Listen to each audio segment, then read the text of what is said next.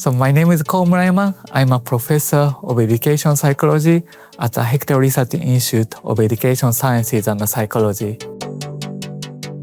When I finished my PhD, my work was nothing to do with motivation. I was working on a different topic in education psychology. But when I was in a postdoc, I also worked in a school and observed students and teachers for a long time, and I realized how important the motivation is. Basically, even if teachers did a great job in teaching, sometimes students just didn't listen to it because they were not motivated in the first place. So motivation was a kind of bottleneck in classrooms. That's why I switched my topic to motivation. Basically, I'm interested in why some students are intrinsically motivated. That is, some students enjoy studying, but some other students don't enjoy studying at all.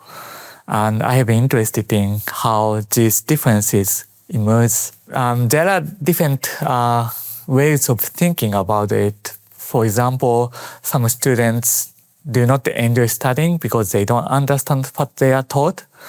Some students do not enjoy studying because they don't feel supported. So there are various factors that are identified in my research, but still there's a long way to fully understand why some students enjoy studying and why some other students do not.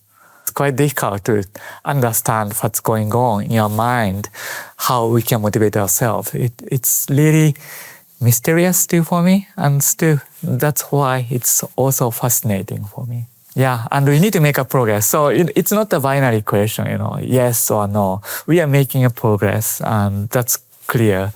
But at the same time, can we perfectly understand student intrinsic motivation? At least in 100 years, I'd say no.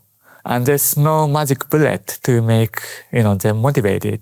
I learned in my, experience of raising my kid, of course. I'm a kind of expert of motivation, but I'm not good at motivating my daughter. It's not easy at all. There are a few tips I could come up with, but one important thing is that we tend to underestimate our intrinsic motivation. Humans or children have a great capacity to actually make them entertained, to enjoy learning, but people tend to forget about it, and people tend to give some incentives like awards, grades, stars to students to motivate them. Of course, that works for a time being, but at the same time, when we think about long-term enjoyment and intrinsic motivation, giving such incentives may backfire, and we tend to underestimate our capacity of enjoying the studying. And that's important to realize.